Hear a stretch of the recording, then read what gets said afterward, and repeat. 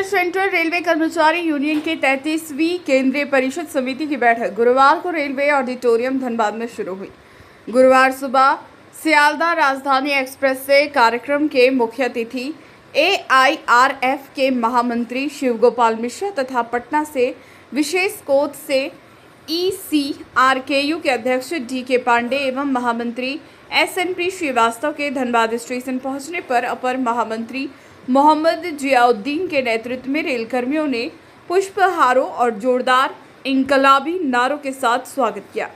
Auditorium प्रांगण पहुंचकर union के झंडे को अध्यक्ष द्वारा फहराया गया। इसके बाद सभी के द्वारा शहीदों को श्रद्धांजलि अर्पित की गई।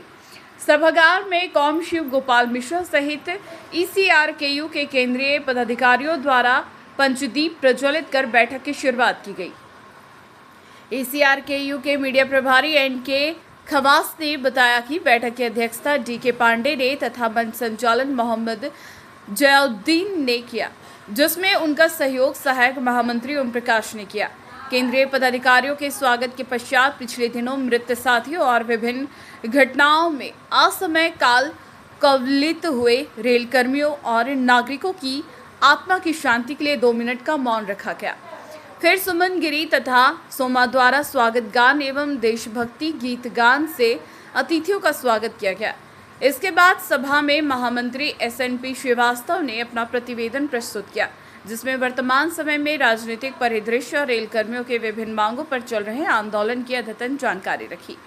AIRF के महामंत्री शिव गोपाल मिश्रा ने बैठक में अपनी बात रखते हुए रेलकर्मियों के लिए पुराने पेंशन बहाली, 8वें वेतन आयोग के गठन, रेलवे आवासों के मरम्मती सहित कई मांगों पर विस्तृत जानकारी रखी। उन्होंने स्पष्ट किया कि रेलकर्मियों की मांगों को पूरा किए बिना किसी भी कीमत पर हम पीछे नहीं हटेंगे।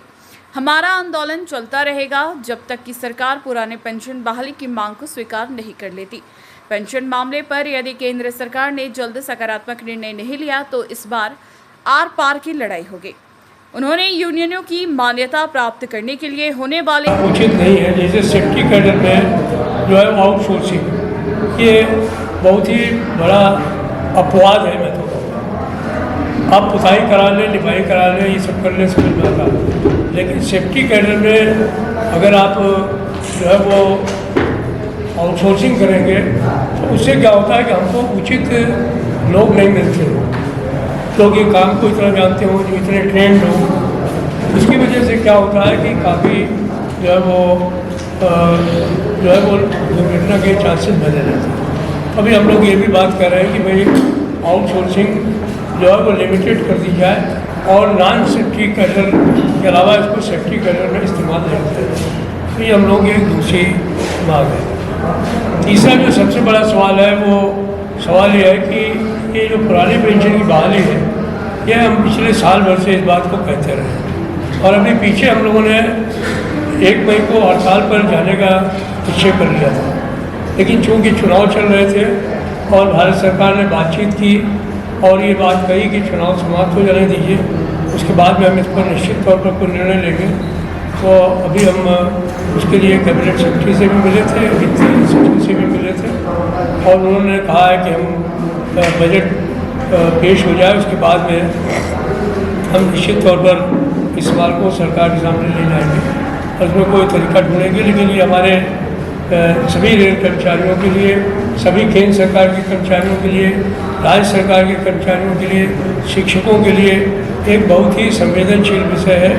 इस पर कि लोग काफ़ी आंदोलित हैं और अगर इस पर कोई फैसला निकट भविष्य में नहीं हुआ तो मैं समझता हूँ कि निश्चित तौर पर ये एक लड़ाई का मुद्दा है जो सारे देश के कर्मचारियों के लिए एक लड़ाई का मुद्दा बनेगा और इससे मैं समझता हूँ सरकार भी नहीं भाग सकती और इससे कोई भी संगठन भी अपने को अलग नहीं कर सकते हैं। तो ये मुद्दा ऐसा है जिस पर कि आने वाले कल में कोई संघर्ष की संभावना भी बनती हुई नज़र आ रही है अगर इसका कोई हल नहीं निकाला गया और लोगों को जो तनख्वाह पाते हैं उसकी आधी पेंशन पे अगर उनका रिटायरमेंट नहीं हुआ तो एक तो ये हर 10 वर्षों के बाद जो है वो एक वेतन आयोग बैठता है जिसमें कि जो है वो केंद्र सरकार के कर्मचारियों का वेतन परिवर्तित होता है, उसका मल्टीप्लाइंग फैक्टर परिवर्तित होता है, उसमें ये मैट्रिक्स चेंज होती हैं अभी 50% ये हो गया है, 25% हमको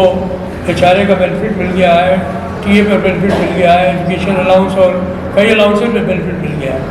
लेकिन अभी जो 7वें वेतन आयोग ने कहा था कि जब भी 50% बढ़ जाएगा तो हम पे मैट्रिक्स को हमें चेंज कर देना चाहिए।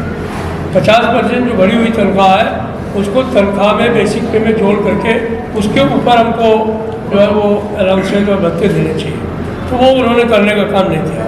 तो हमने उनसे कहा है कि जो 7वें वेतन आयोग की रिकमेंडेशन है उसको आप मानिए और नए वेतन आयोग का गठन करिए।